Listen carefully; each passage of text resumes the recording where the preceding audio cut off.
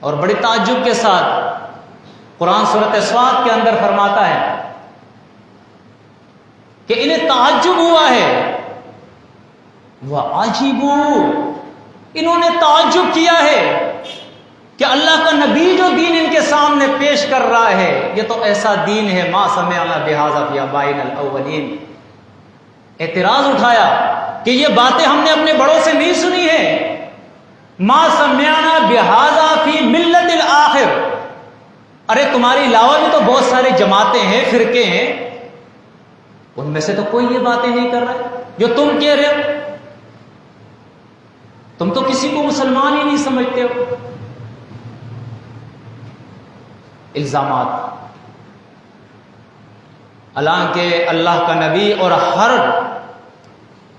حق پرست شخص وہ یہ چاہتا ہے کہ میں بھی جہنم سے بچ جاؤں، جنت میں چلا جاؤں، اور یہ قوم میری بھی جہنم سے بچ جائے، جنت میں چلے جائے، اسے کوئی غرض نہیں ہوتا ہے۔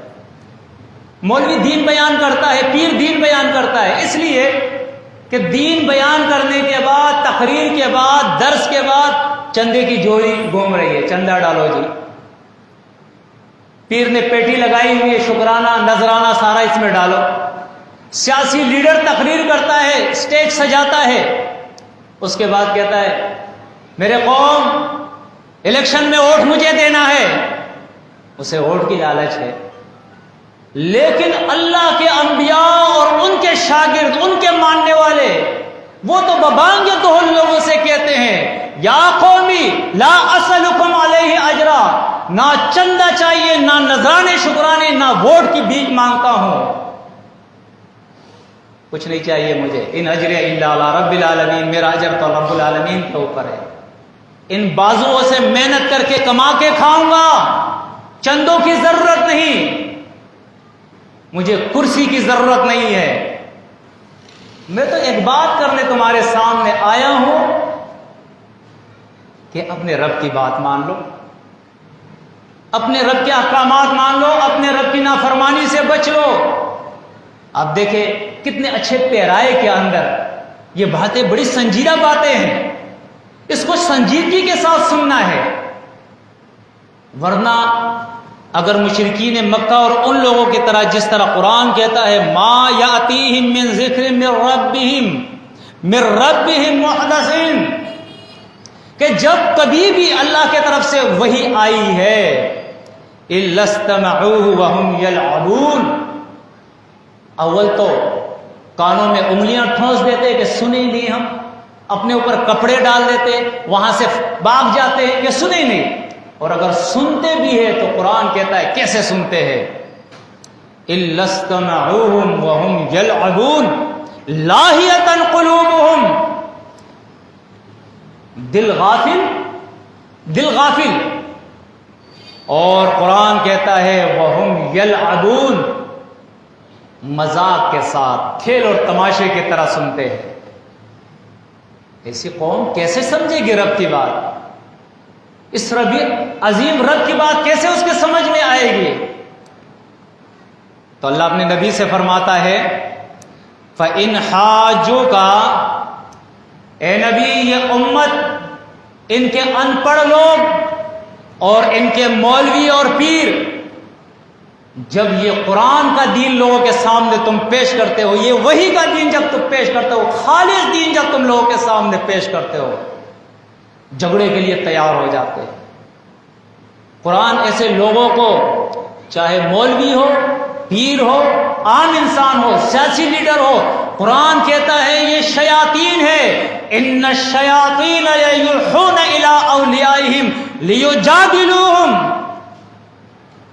ان کے یہ شیاطین جو اللہ کی کتاب سے انہیں روکتے ہیں، فرمایا یہ کیا کہتے ہیں؟ اپنے چھوٹوں سے پھر کہتے ہیں، اپنے پیچھے چلنے والوں سے، اپنے مریدوں سے کہتے ہیں لیجادلوکم، کہ تم سے یہ جھگڑے، کبھی تمہیں گالی دیں گے، کبھی تمہارے خلاف پروپیگنڈا کریں گے، کبھی محلے اور شہر کے شریر بچوں کو اکسائیں گے، ارے جب یہاں سے گزرے نا چیخے مارو، گالیاں دو اس کو، بدنام کرو اس کو، کبھی تمہارے خلاف سوشل بائیکاٹ کریں گے، کبھی تمہیں ساحر کہیں گے اور کبھی مجنون کہیں گے۔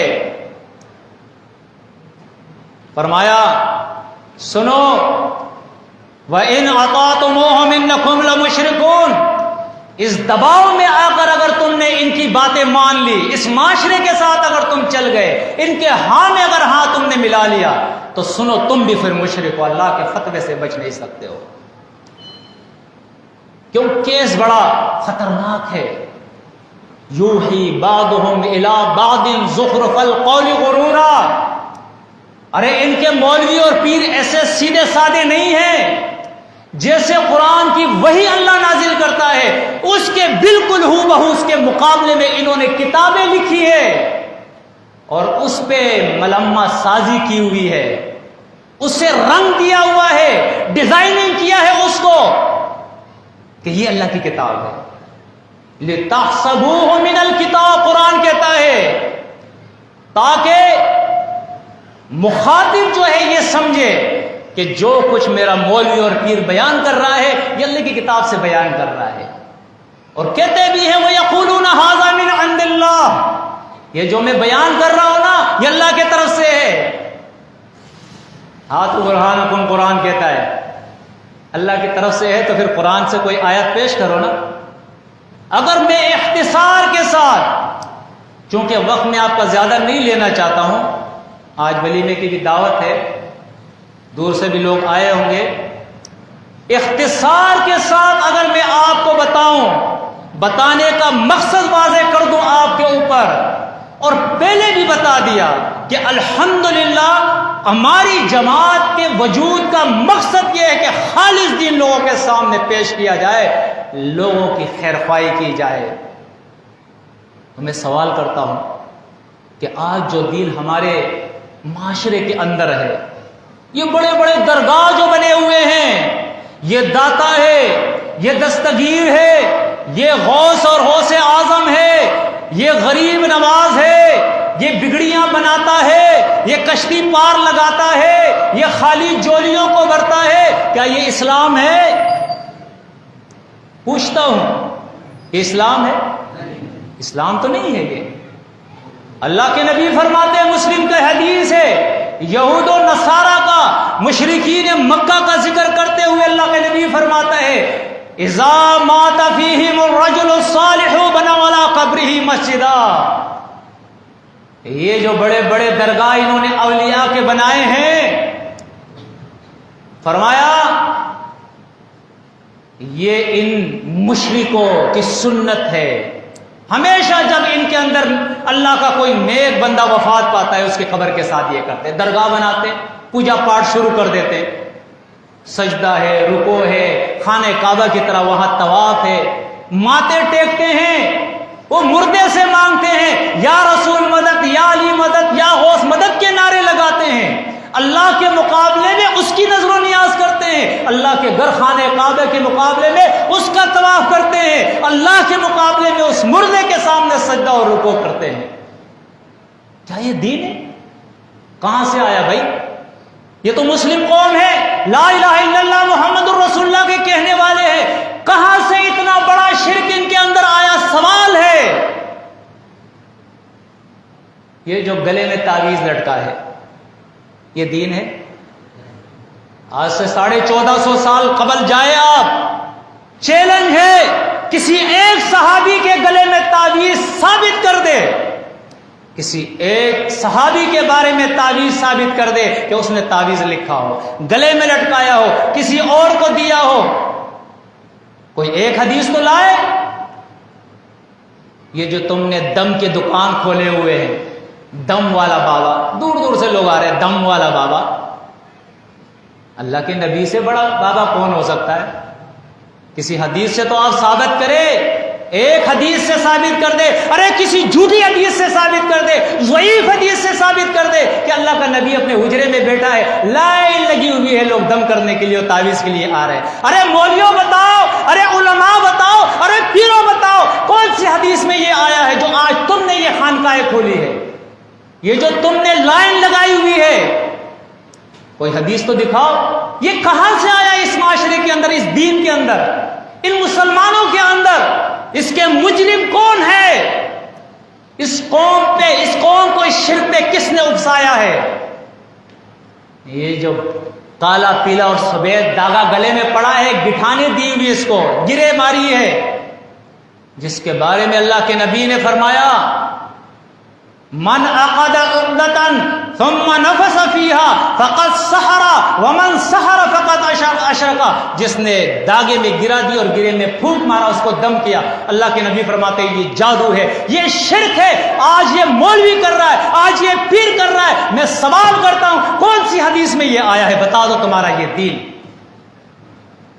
اگر یہ دین ہے بتا دو۔ اللہ کے نبی نے کیا، صحابہ نے کیا۔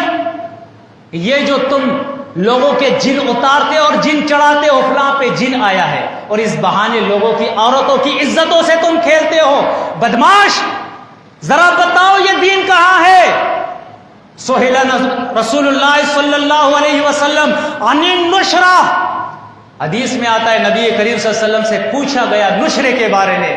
اللہ کے نبی، لوگ کہتے ہیں جن لوگوں پہ آ جاتا ہے، جن نکالا جاتا ہے، اس کی کیا حقیقت ہے؟ فرمایا انہ من عمل الشیطان، یہ شیطانی عمل ہے۔ ارے قرآن، اللہ کا نبی فرمائے، حدیث کے اندر آئے کہ یہ شیطانی عمل ہے۔ آج اس قوم کا مولوی اور پیر یہ شیطانی عمل کرتا ہے، یہ شیطانی عمل، اس کو دین سمجھا ہے، اس کو حق سمجھا ہے، اس کے اندر شفا سمجھتے ہیں۔ میرا سوال ہے، آج جو تم یہ عید میلاد النبی مناتے ہو، ہر سال اللہ کے نبی سے دکھا دو کسی حدیث میں، صحابہ کرام سے دکھا دو، چیلنج کرتا ہوں کوئی بھی مولوی ثابت کر دے، یہ کہاں سے دین آ گیا؟ یہ کہاں سے تیسری عید تم نے ایجاد کی ہے؟ اسی طرح، بالکل اسی طرح، اگر میں کہوں آج تمہارے معاشرے کے اندر جب کسی بزرگ سے کوئی خاتون سلام کرنے جاتی ہے تو وہ جھک جاتی ہے، بزرگ اس کے سر پہ ہاتھ رکھتا ہے، کہاں سے آیا ہے؟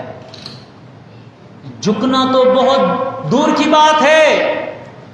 اللہ کے نبی صلی اللہ علیہ وسلم آتے ہیں گھر سے باہر، صحابہ کرام ادب کے ساتھ کھڑے ہو جاتے ہیں، اللہ کے نبی فرماتے ہیں لا تقوم لی کما یقوم العجمی بعضهم بعضا، ارے یہ عجمی لوگ، یہ جاہل لوگ، دین سے نابلد لوگ جس طرح اپنے بزرگوں کے لیے، بڑے لوگوں کے لیے ادب کے ساتھ کھڑے ہو جاتے، تم یہ کام نہ کرو،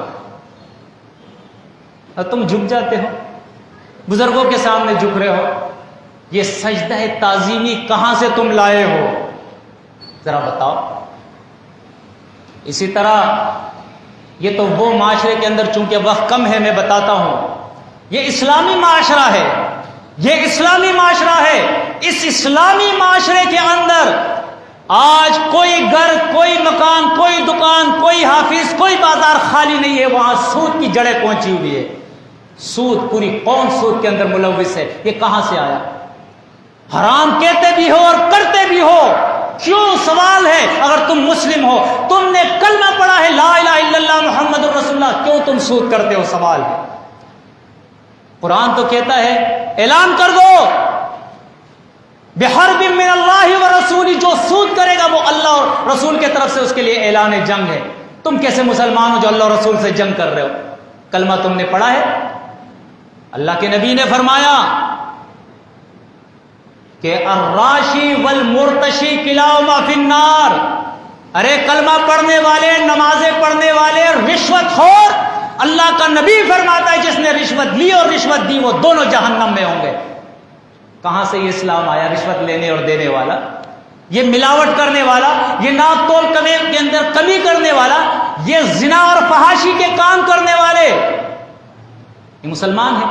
آپ کے بازاروں میں جا کے دیکھیں، یہ خواتین کلمہ بھی پڑھتی ہے، گھروں میں جا کے نمازیں بھی پڑھتی ہے، رمضان کے روزے بھی رکھتی ہے، لیکن بازار میں جب جاتی ہے تو ماشاءاللہ چہرہ کھلا ہوتا ہے، جسم کا ہر اندام اس کا کھلا ہوتا ہے۔ یہ لا الہ الا اللہ پڑھنے والی ایک مسلم خاتون جا رہی ہے یہ مسلم؟ ناراض نہیں ہونا چاہیے، یہ باتیں سخت ضرور ہے لیکن یہ فائدے کی باتیں ہیں۔ دل کے آنکھوں سے کھول کے اسے دیکھو اور دل کے کانوں سے اس کو سنو۔ آج آپ دیکھیں ہمارے پورے معاشرے کے اندر جوا لاٹری کے نام سے، انشورنس کمپنیوں کے نام سے ہے یا نہیں ہے؟ جوا حرام ہے یا نہیں ہے؟ یہ کہاں سے اس معاشرے میں آیا؟ یہ تو سارے لا الہ الا اللہ محمد رسول اللہ کا کلمہ پڑھنے والے ہیں۔ 2 قدم آگے جائے، آپ اس قبرستان پہ چلے جائے، بلال مسجد بنی ہے، مسجد کے دیوال کے ساتھ قبرستان کے اندر ہیرونچیو کرسٹائل کے پینے والے ایک لائن لگی ہوئی ہے۔ یہ کہاں سے آئے؟ کوئی نسوار رکھ رہا ہے، کوئی ماوا کھا رہا ہے، کوئی گٹکا کھا رہا ہے، کوئی سگریٹ پی رہا ہے، کوئی شراب پی رہا ہے، کوئی چرس پی رہا ہے۔ ارے یہ لا الہ الا اللہ محمد رسول اللہ کا کلمہ پڑھنے والے ہیں، یہ نشہ کیوں کرتے ہیں؟